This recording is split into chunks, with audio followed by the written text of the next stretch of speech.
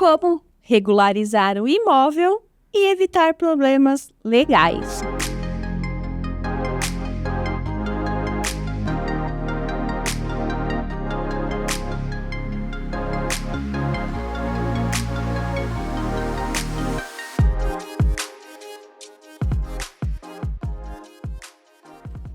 Olá, eu sou Fabiana Maia, jornalista do Grupo SP Imóvel. Aqui comigo, o CEO do Grupo SP Imóvel, Dalton Toledo. Dalton, o seu imóvel tem escritura? Com certeza, escritura e a matrícula, claro. Você sabia que um imóvel sem escritura pode trazer sérios problemas, até mesmo para uma futura venda e um financiamento? Pois é, a nossa convidada de hoje é fundadora da J-Imob. Ela também tem mais de 12 anos de experiência no mercado imobiliário. Julie Matos, seja bem-vinda em nosso bate-papo. Olá, pessoal. Muito obrigada pelo convite. É uma honra estar aqui com vocês e falar de um tema que eu gosto muito. Com certeza. E aí, Ju, o Fabi, nós aqui novamente. Sim. Fabiana Maia, a entrevistadora, apresentadora do SP Imóvel Cast. Sim. Agradecer a nossa audiência e agradecer essa jovem Julie Matos, mas com um conhecimento, com uma experiência de uma sênior. Exatamente. E é verdade, porque o que ela já tem de currículo já parece que tem 100 anos, né? Mas é uma menina. Então, muito obrigado por compartilhar conosco aqui o seu conhecimento. Uma coisa muito importante que você ama a parte talvez mais chata do mercado imobiliário, que é a parte burocrática. E a gente agradece muito, porque para nós isso é nebuloso, mas para você é fácil, é tranquilo, é simples, é transparente, e aí existe uma Julie que nos salva. Tem que ter alguém para fazer o trabalho sujo, salva, né? que deixa a coisa tão simples, que para nós falou, e agora? Chegou a parte burocrática, que é a parte fácil, né? Para você. Então, muito bem-vinda e obrigado pela sua participação aqui com a gente. Eu que agradeço. E acho que por eu gostar tanto, quando eu falo sobre regularização de imóveis, as pessoas até brincam, nossa, mas você falando parece fácil. Mas é isso, são mais de 12 anos fazendo a mesma coisa e tentando descomplicar aí as burocracias para o dia a dia dos corretores, dos proprietários. É isso aí. Obrigada. Antes da gente começar com as perguntas, vou pedir para a nossa audiência curtir, compartilhar e se inscrever aqui no nosso canal. Julie, nos conte um pouco da sua trajetória. Como que surgiu o mercado imobiliário? Por que a escolha dele? Na verdade, eu fui escolhida, né? Eu não era... não foi uma escolha, digamos assim. Com 15 anos, eu já sabia que eu queria fazer direito e eu tinha acabado de prestar serviços jurídicos na ETEC. E aí eu virei para a advogada, que era advogada da minha família, ela foi advogada, inclusive, na separação dos meus pais. Eu falei assim, olha, lembra que com 9 anos eu falei que eu ia fazer direito? Então, eu vou fazer direito mesmo, vou começar o curso técnico, porque eu estudei a vida toda no SESI, e o SESI empurra para o Senai. Mas como eu sabia que eu queria fazer direito, então eu acabei não fazendo nenhum curso deles. Prestei para a ETEC, e ela falou assim, olha, já que você quer fazer direito, ela falou assim, a minha secretária, ela saiu, você não quer ficar esses 15 dias até você voltar para as aulas? Eu falei, claro. Esses 15 dias viraram 7 anos e meio. Nossa. Então, eu trabalhava de manhã e à tarde eu fazia o ensino médio. E no meu primeiro dia de trabalho, eu organizei uma documentação de uso capião. Então, a burocracia, ela me encontrou no meu primeiro dia de trabalho. Uhum. E aí, eu fiquei nesse escritório, que era de direito imobiliário e tributário, mas o tributário porque, né, pegava parte de IPTU, essas dívidas. Aí eu entrei na faculdade, me formei na faculdade, em 2019 eu acabei saindo do escritório e montei a minha empresa. E aí segui no mercado imobiliário, que era o que eu verdadeiramente gosto e sabia fazer. Claro que eu tentei testar outras áreas, tanto que a minha primeira especialização é tributário, que me ajuda muito para o que eu faço, né? Mas o que eu verdadeiramente gosto é do rolo. Do mercado imobiliário.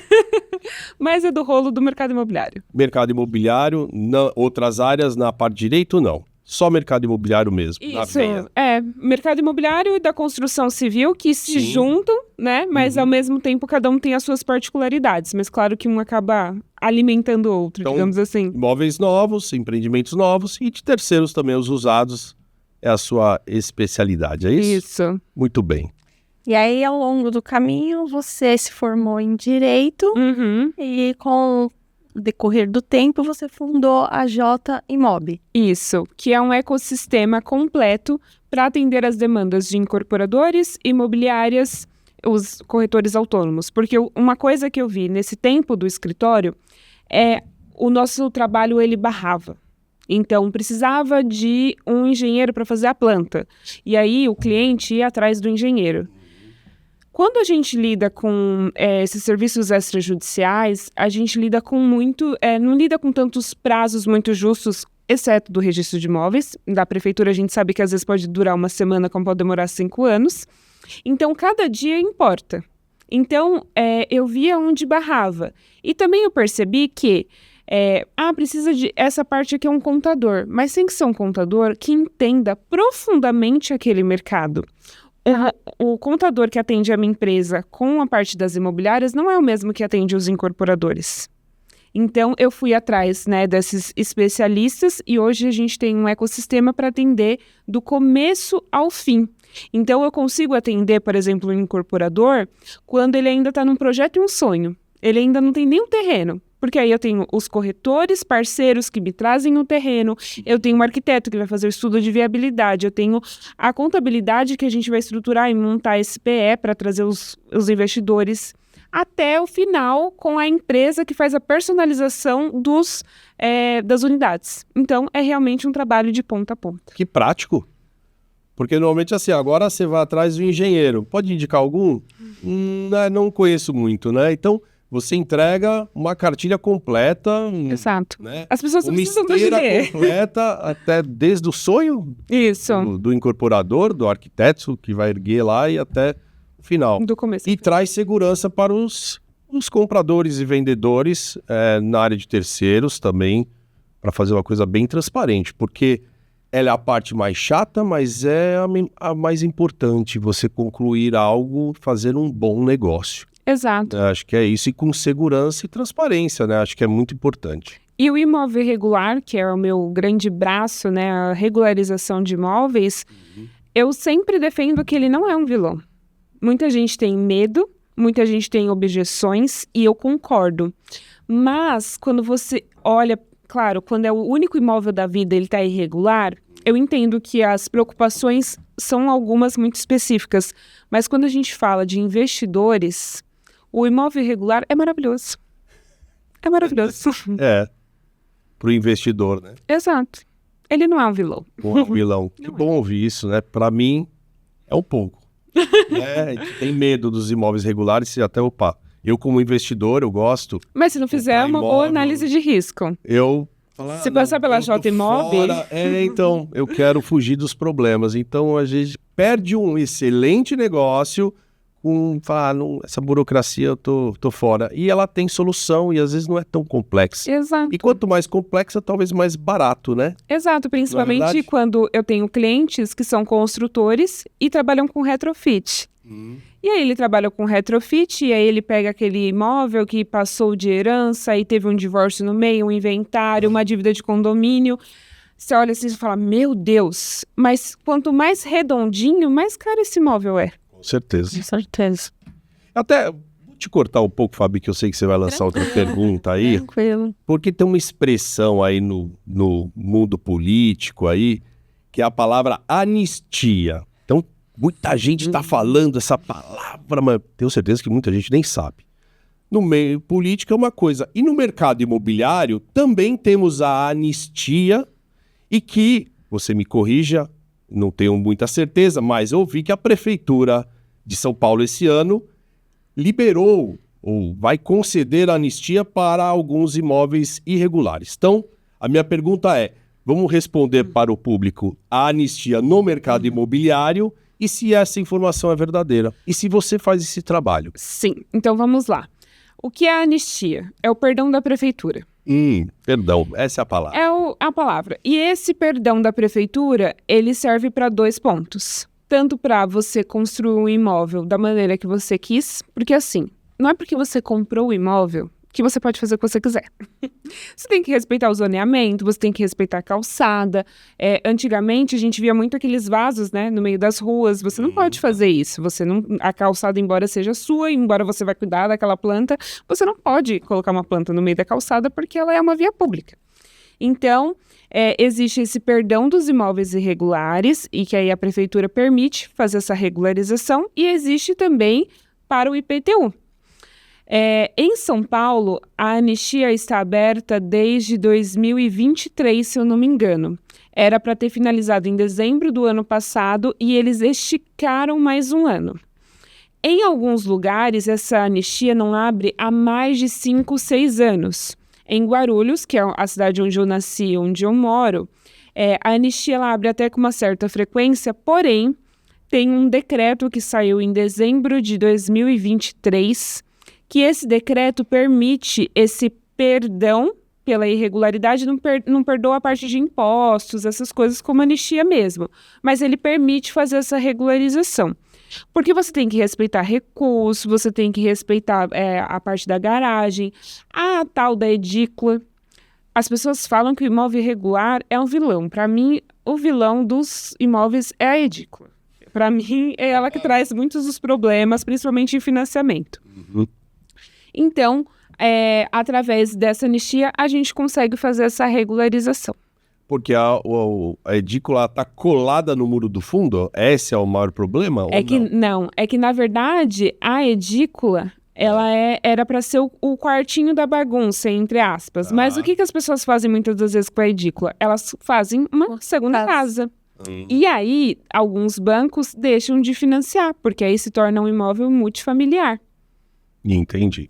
E aí, para a gente, às vezes, regularizar uma edícula, aí pensando no imóvel irregular, né, a gente precisa, às vezes, de uma anistia para conseguir regularizar. Então, esse é o perdão.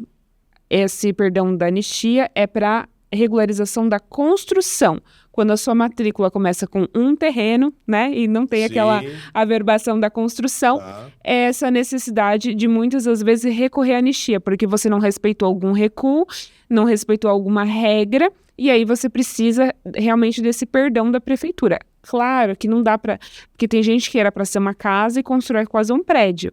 Aí não tem anistia que salve, mas em alguns dos casos a gente consegue. E aí esse imóvel pode ser financiado, pode ser vendido, tá redondinho. A gente consegue regularizar através da anistia, dá tudo certo, e esse imóvel pode fazer o financiamento, que é por isso que as pessoas acabam procurando. Então, se você tem a edícula, procure Julie. Procure a J Imóvel. É isso aí. Que eu vou deixar aqui na descrição os contatos da J Imóvel, da Julie, tudo certinho. Bom, voltando aqui um pouco, vamos voltar um pouco à conversa. Na abertura eu falei da importância de ter um imóvel regularizado. O que significa ter um imóvel regularizado? É quando esse imóvel tem uma matrícula, seu nome está na matrícula e a construção está 100% averbada nessa matrícula. E aí, a gente pode destrinchar. O que é a matrícula? A matrícula é o RG do imóvel. Então, lá na matrícula vai estar o nome, por exemplo, da construtora, todos os vendedores que passaram por lá. Se você se o antigo comprador, né, ele fez um financiamento bancário, aí alienou para o banco, aí quitou, aí se a pessoa morreu, se a pessoa divorciou, todo esse histórico vai estar lá no imóvel, dessa matrícula. E também em relação à parte de número do imóvel, vai estar lá, o número do IPTU, se tem uma doação, tudo vai estar registrado. E é importante dizer que, muitas das vezes, vai ter o número do imóvel, vai ter o número do IPTU, só que esses números estão desatualizados. E muitas das vezes porque e é importante falar, a gente fala de regularização, as pessoas já pensam o quê? Um uso capião de 10 anos, um processo judicial. Claro que existe esse mundo, mas existem regularizações que são rápidas e elas salvam muitas das vendas, porque dependendo, por exemplo, do registro de imóvel, ele pode pedir uma certidão específica para alterar o número na matrícula e isso demorar mais de 30 dias. E falar em 30 dias, dependendo da venda, o corretor perde a venda. É verdade. Então, tudo na matrícula tem que estar 100% atualizado.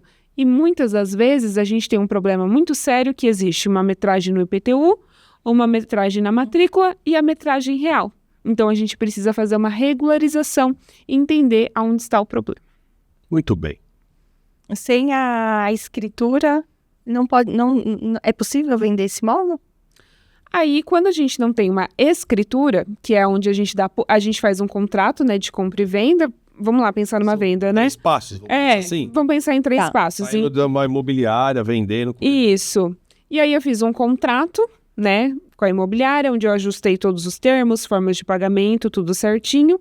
Aí eu vou dar publicidade para esse contrato. Aí eu faço uma escritura.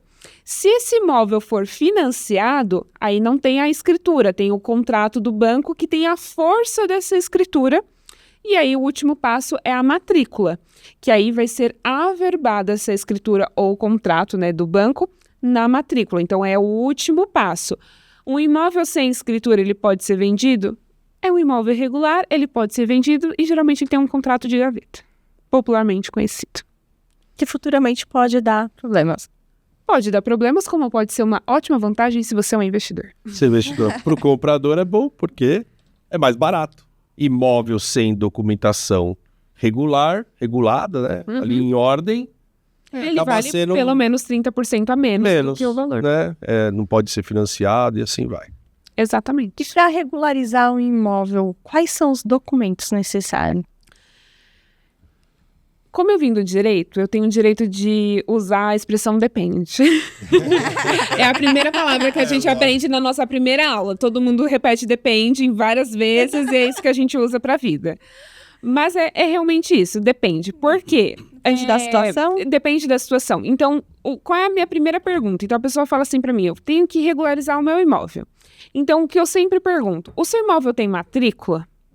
Aí é nesse momento que aparecem muitas coisas. Aparece verdadeiramente uma matrícula, aí às vezes aparece só o contrato de gaveta, aí às vezes aparece a escritura, então aparecem várias coisas. Então a gente começa literalmente do começo, saber se tem uma matrícula. E o IPTU. Por quê? Porque às vezes eu vou achar a matrícula, mas às vezes eu vejo uma diferença no IPTU lá, tem ou uma área maior ou uma área menor e aí a gente tem que fazer uma regularização. E muitas das vezes a pessoa não sabe que tem uma matrícula. E a gente consegue fazer essa busca através do endereço, né, pelo registradores. A gente vai lá, verifica a competência daquele imóvel, a gente faz uma busca e descobre. E muitas das vezes o imóvel verdadeiramente não tem a matrícula, mas ele tem uma transcrição. Porque até 1963 eram as transcrições. Aí a partir disso vem as matrículas. Então, às vezes o imóvel não tem a matrícula, mas tem a transcrição. Que a partir disso, a gente pode fazer a abertura da matrícula. Então, realmente depende de cada caso e depende para que a pessoa quer regularizar aquele imóvel. Exato. E o prazo para regularizar o imóvel também vai depender da complexidade e do que a pessoa tem de documentos e todos os casos. Sim. Não, o mercado imobiliário é complexo. Muito. Eu já peguei muita venda na mão e falei, nossa, por onde começa? Complexo. E para nós, às vezes, eu acho que até para a Juliette é complexo. E cada caso é um caso. Né? Sempre tem um probleminha a ser resolvido e a ideia é concluir a venda e não se assustar ali. Não, calma, vamos pensar, vamos criar o diagnóstico, as soluções e vamos seguir. Essa venda vai acontecer. Exato. E paciência. Né? E eu aprendo todos os dias. Por quê? Porque cada caso é um caso. E o mercado imobiliário, os órgãos que envolvem o mercado imobiliário é tudo muito dinâmico. Então, às vezes tem uma forma de resolver a situação, às vezes tem mais do que uma, e aí a gente vai ser mais rápida, mais barata. É uma análise 360 sempre. Quais os riscos legais de um imóvel irregular?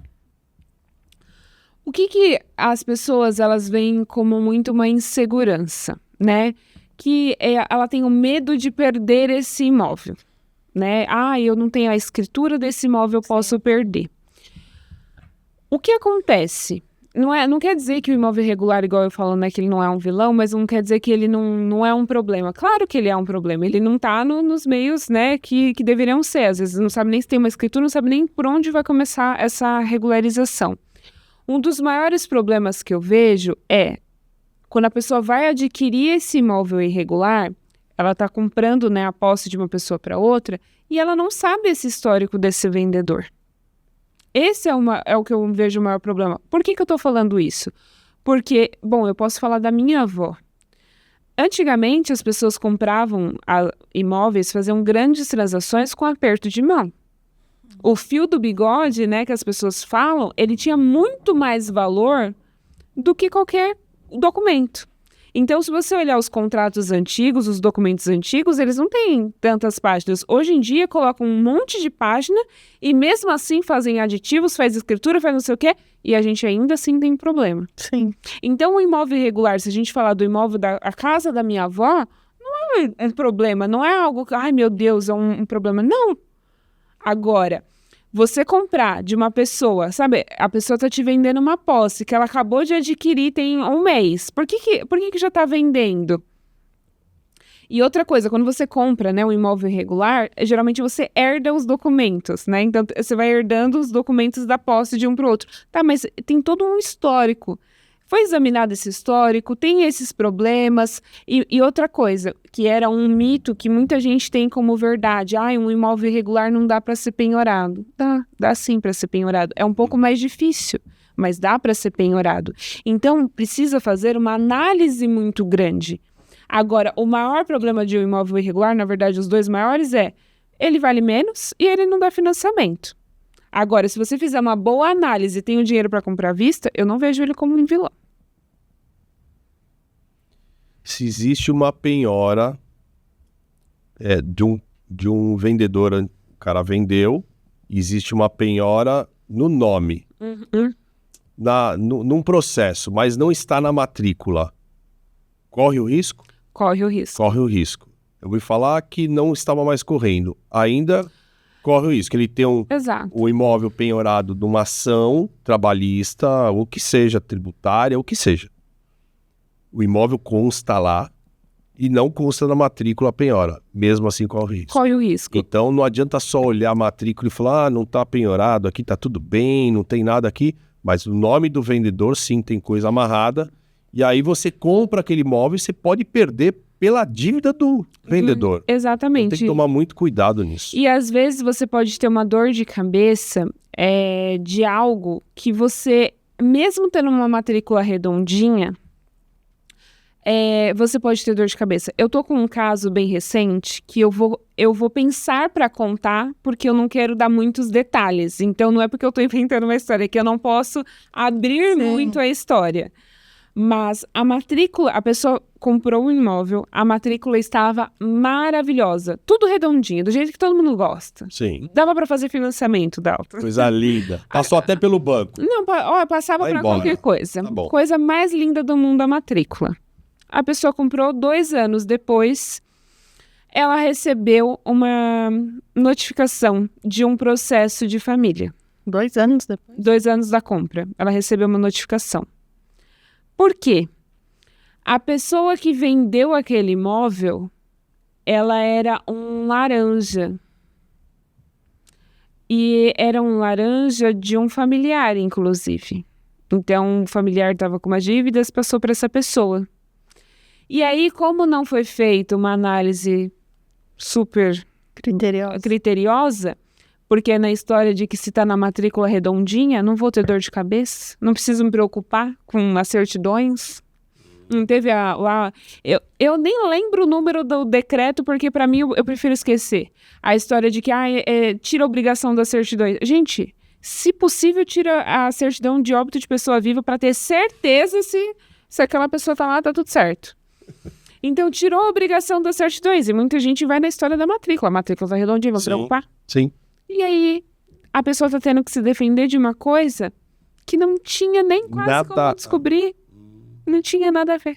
Ou seja, um parente estava com o nome bem sujo, vendeu para o parente, vendeu daquele esquema lá, né?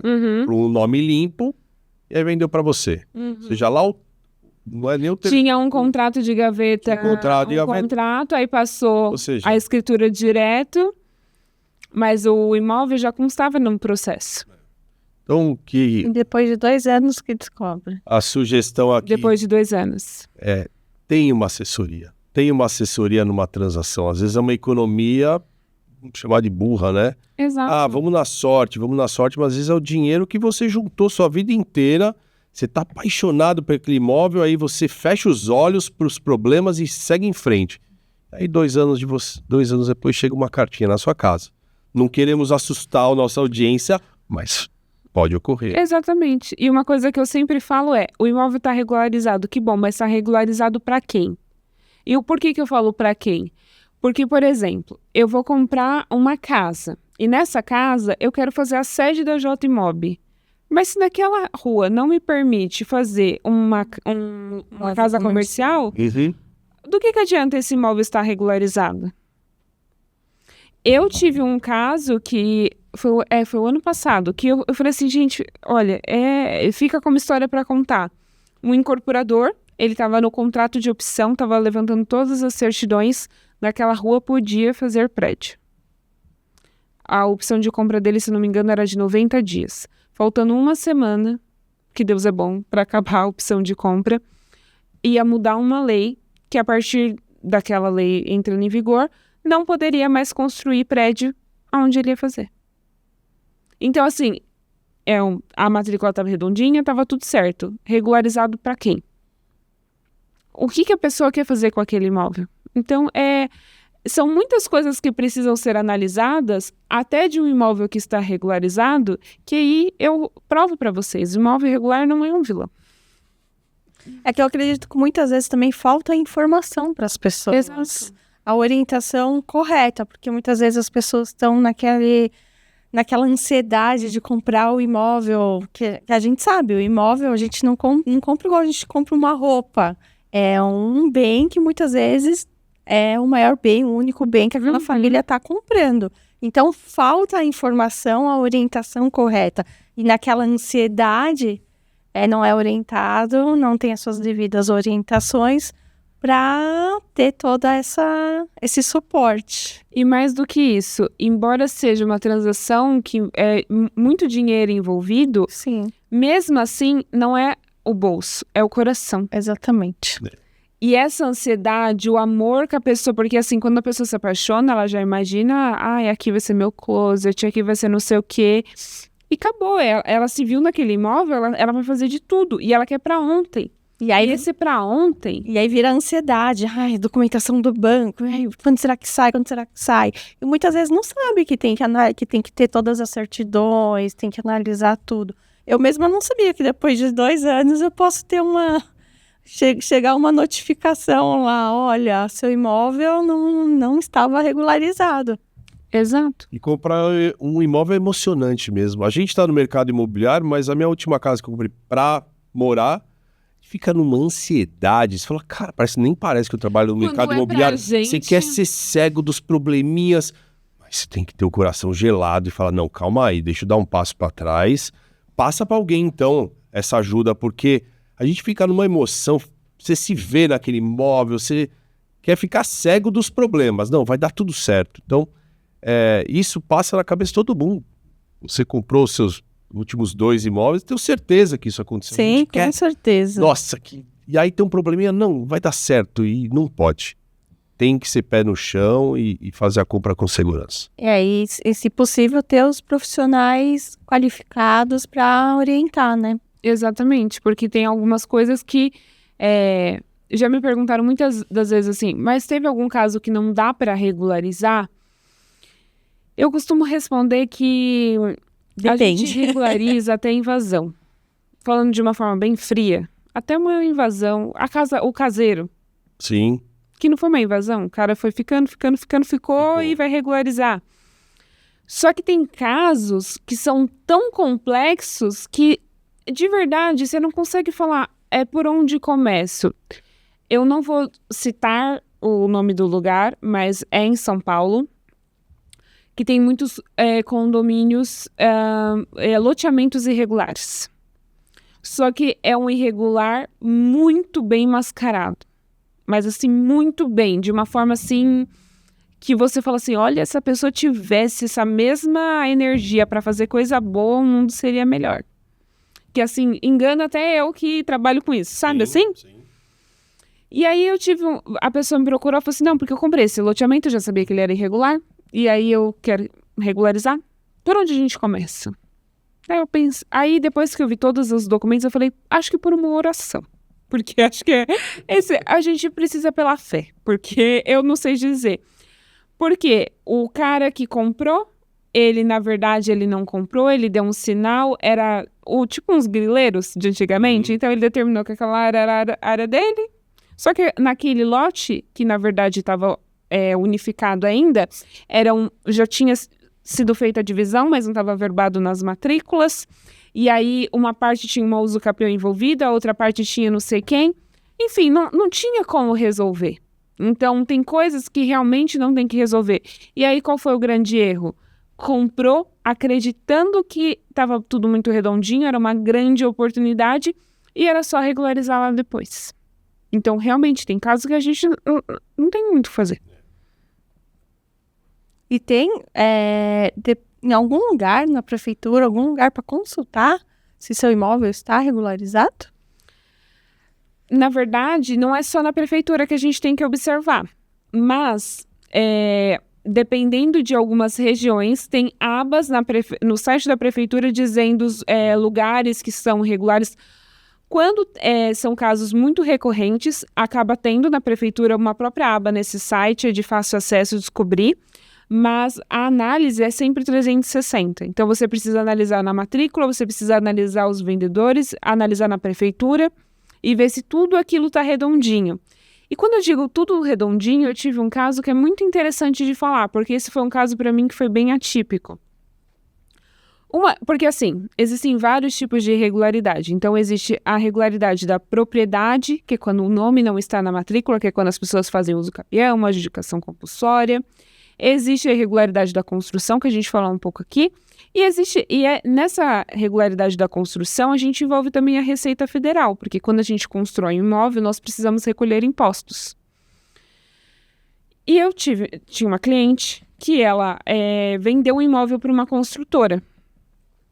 E aí ela estava super tranquila, porque o imóvel dela estava tudo redondinho. Então ela vendeu para a construtora já estava construindo o imóvel. E aí, o ano passado, e na verdade isso acontece sempre. Sempre quando vai chegar no final do ano, ou a prefeitura manda cartinhas ou a Receita Federal. Por quê? Para não entrar no prazo prescricional. Então, tá dando 5 anos, eles mandam as cartinhas com as cobranças. Ela recebeu uma cartinha desse imóvel, que ela tinha vendido para uma construtora. Ela falou assim, nossa, mas será que é da construtora que a Receita Federal tá me mandando? Aí, abriu e tinha data, se não me engano, era 2021, 2022. O que acontece? Esse imóvel estava alocado para um lugar que fez acho que um restaurante. Ele fez toda uma reforma. Ele utilizou o contrato de locação para fazer essa reforma. Então, na prefeitura estava envolvido o nome dela, na Receita Federal estava envolvido o nome dela. E ele não recolheu os impostos da ampliação que ele fez no restaurante. E aí, ela recebeu a cartinha, precisava pagar os impostos e pagar tudo para ontem, porque tinha uma construtora envolvida. E essa construtora ia precisar da CND para conseguir o habite e todas as situações. E teria um cruzamento de situações. Então, veja que na matrícula estava tudo certo, na prefeitura estava tudo certo e o problema estava na Receita Federal. Então, quando a gente fala que precisa fazer uma análise 360, é realmente 360. Olha só. Até a da Receita Federal. Na Receita Federal. Porque os últimos 5 anos podem ser cobrados. E se ele mandou a cartinha e a pessoa não sabe, ele ainda tem o prazo para entrar com a ação. Então, e as pessoas não sabem disso. Eu também não sabia disso. Imóveis com dívidas de IPTU também pode ser regularizado. Eles podem ser regularizados, mas aí é aonde entra o grande problema, que isso acontece muito em muitos lugares, em muitas regiões. Muitas das pessoas compraram o imóvel no fio do bigode. Então, tem aquela rua inteira, tem o nome X da construtora Y, que vendeu para a rua inteira. E aí precisa fazer as divisões, né? Às vezes fazer retificação de área, às vezes fazer realmente as divisões lá dos lotes. E aí precisa estar com o IPTU quitado. E aí é onde muitas pessoas têm problema, porque ela quer regularizar o imóvel dela, mas o vizinho não. Mas o vizinho está com dívida. E aí a gente faz o quê? Então, pode ser regularizado, sim. Mas em alguns casos, não é que a pessoa vai precisar quitar. Mas ela vai precisar fazer pelo menos um parcelamento, que a gente precisa da certidão positiva com efeitos negativos.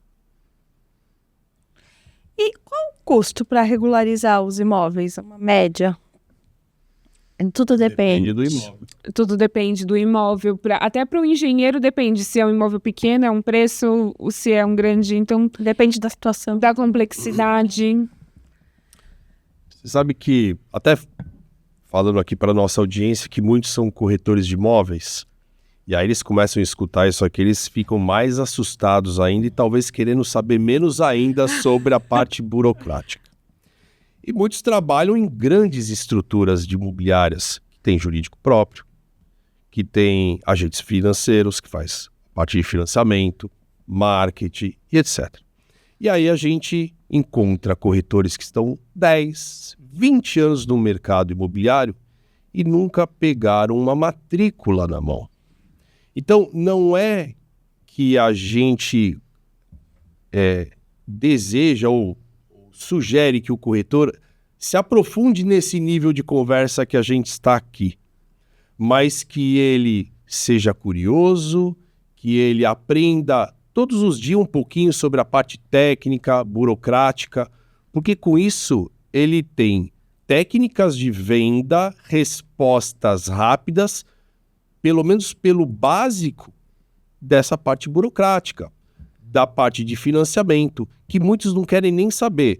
Consulta lá, deixa eu perguntar para o meu jurídico, eu vou fazer uma proposta, mais fácil fazer com o gerente. Então, essa comodidade e que eu considero que você está numa grande estrutura, sim, tem que usar ela? Tem, é ótimo, mas você tem que também ter um pouco de conhecimento técnico dessas partes, porque também faz parte da profissão corretor de imóvel, né? E aí esse corretor ele vai conduzir com muito mais facilidade e autoridade aquele processo de venda, porque ele tem as objeções tiradas na hora, as respostas dadas na hora, e claro, a hora que entra a parte mais complexa, ele vai pedir ajuda. Exato. Então, na minha cabeça, o corretor não tem que ter medo de matrícula, tem que ser curioso na parte de financiamento, procurar se atualizar. Não precisa com essa profundidade desse nosso assunto aqui, mas ele precisa. Eu concordo plenamente. Eu sempre falo que, assim, o corretor é ele que está lá no campo. Não sou eu que estou. E a partir do momento que você começa a responder que vou procurar a resposta, eu vou levantar e vou te passar, você está passando muita insegurança para o seu cliente. E mais do que isso, qual é a maior reclamação do comprador? É que ele vai pagar os 6%. Mas por quê? Porque ele não viu valor no trabalho do corretor. Porque a função de mostrar o imóvel, convenhamos que a pessoa realmente não precisava de um corretor. Agora, como que ele vai fazer uma visita sem saber o estado daquele imóvel? Aquele imóvel dá financiamento? Se ele der financiamento, são todos os bancos? Porque se ele for multifamiliar, talvez a gente já não... Um banco ou outro não vai financiar. Tá, então qual é o banco que financia aqui? Esse imóvel financia, mas só esse banco. Por quê? Porque ele já levantou. Qual é o estado da matrícula? E às vezes o corretor sabe que tem alguma coisa que está acontecendo, e aí, porque ele quer muito fechar aquela venda, ele fala para o cliente, tá só terminando o inventário, só terminando. E aí, é só terminar. Eu tive um caso ano passado, que eu falei para a corretora, esse só terminando o inventário vai demorar pelo menos 6 meses. Ela ficou muito brava comigo. Ela só faltou falar assim, vai aprender o seu trabalho que você não sabe de nada. Porque o advogado que estava fazendo o inventário falou que sai em 2 semanas. Eu falei para ela, pois se sair em 2 semanas eu troco de nome. Mas eu falei com muita segurança assim, não vai sair. Não tem como sair esse inventário em 2 semanas. Sabe quanto tempo demorou? 1 ano e 2 meses para sair o inventário. Não conheço nada que sai em 2 semanas no meio jurídico. Imóveis e inventários podem ser regularizados? Sim. E outra coisa, que é uma ótima pergunta. Muita gente tem só a posse do imóvel. Aí, porque só tem a posse, não coloca no inventário. Porque é só a posse, então depois eu resolvo. Muitas das vezes a gente consegue salvar e regularizar um imóvel porque ele estava no inventário, mesmo sendo só a posse. Olha que informação maravilhosa. Só para explicar, qual é a diferença entre posse e propriedade? Bom, no mercado imobiliário, os corretores usam um termo que eu acho chiquérrimo, especialista em proprietários. E eu costumo brincar, é proprietário ou posseiro? Por quê? Porque eles falam que está cuidando do proprietário. Mas ele verificou se o nome desse proprietário está na matrícula? Porque se não tiver na matrícula, ele é apenas um posseiro. Então, às vezes a pessoa até tem a escritura, mas não averbou na matrícula, ele só tem a posse. Então, ele tem um contrato de gaveta, às vezes ele tem a escritura, mas não está averbada na matrícula. Ele é proprietário a partir do momento que o nome dele aparece na matrícula. Senão, ele é apenas o posseiro. E uma outra situação que eu vejo também nas imobiliárias, quando ela tem um jurídico próprio, ou quem está fazendo o fechamento lá, ser totalmente imparcial para os 2 lados. Ser transparente e defender os 2 lados, até o terceiro lado, que é o lado dele, que é o lado do corretor, que o corretor também responde por uma transação mal feita. Exato. Né? E aí eu considero que, se a imobiliária estiver caminhando para um lado só, por interesse dela, ou porque é o cliente mais difícil, ela começa a defender esse cliente, e o comprador ou vendedor, não importa, se sentir inseguro com aquela transação, que contrate, que chame um advogado especialista no mercado imobiliário, porque é igual médico, né? Tem médico da cabeça, tem médico do pé. Tem advogado criminal e tem o advogado especialista em mercado imobiliário. Não adianta chamar o primo, não, que é advogado, chama ele lá, porque ele até mela o negócio. Ele é advogado muito bom, mas na área dele não. Então, minha sugestão é que quem está comprando e quem está vendendo, não importa as partes, e que não se sinta defendido pela imobiliária que está ali fazendo um negócio. O imobiliário deve ser imparcial, que procure um especialista. Exato. E faça a coisa com segurança, porque imóvel é valor alto. E tem muita coisa que fica na entrelinha e só descobre fazendo uma excelente pesquisa. Não tem jeito. Eu tive um caso de um cliente que ele comprou um terreno e aí, depois de muito tempo a gente fazendo a pesquisa de viabilidade para o empreendimento, descobriu que tinha uma área de envoltória. E uma área de envoltória, a gente lida como se fosse um imóvel tombado. Isso traz um prejuízo de tempo, de dinheiro, de energia, de tudo. Cara, e tava nas entrelinhas. Não era algo que tava lá escancarado. A matrícula estava redondinha. Mas ele conseguiu voltar atrás com esse vício ou não? Eu consegui destombar o imóvel.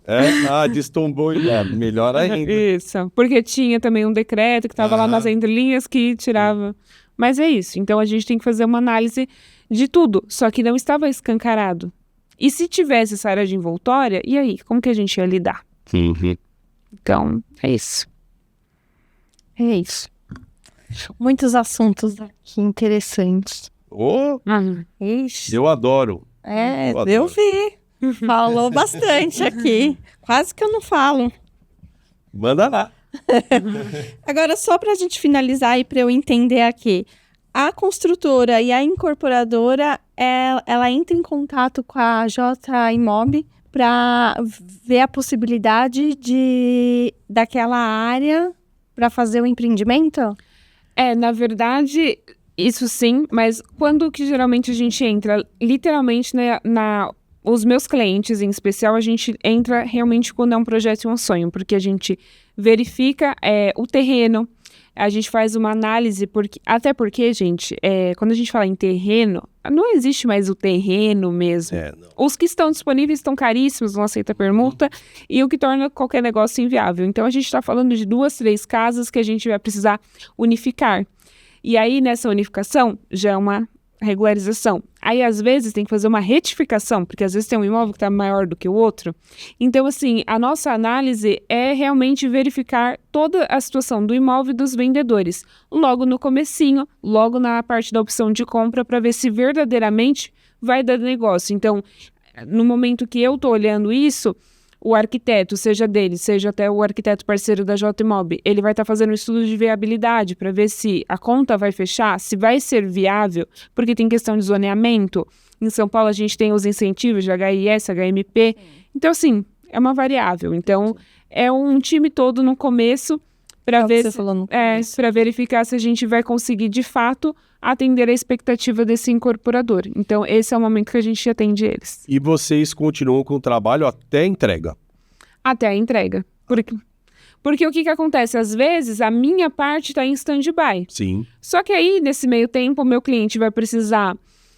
por exemplo, ele adquiriu o terreno. Aí ele vai precisar colocar uma câmera 360 para os investidores ir acompanhando a obra. E dentro da J-Imob a gente tem parceria com empresas que colocam essa câmera.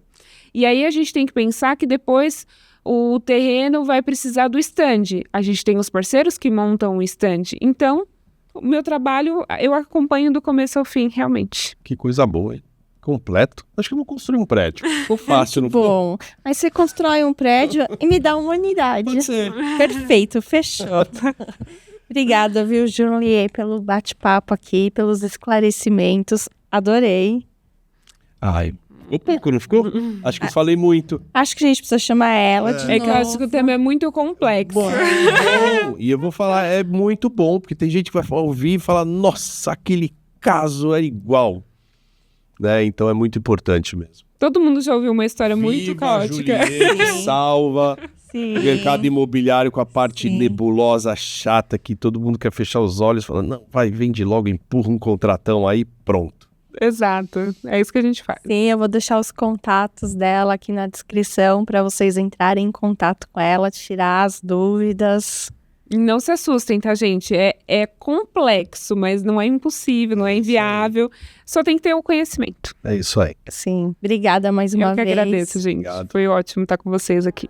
Obrigada. E se você gostou desse vídeo, curta, compartilha, se inscreva no nosso canal. Até o próximo.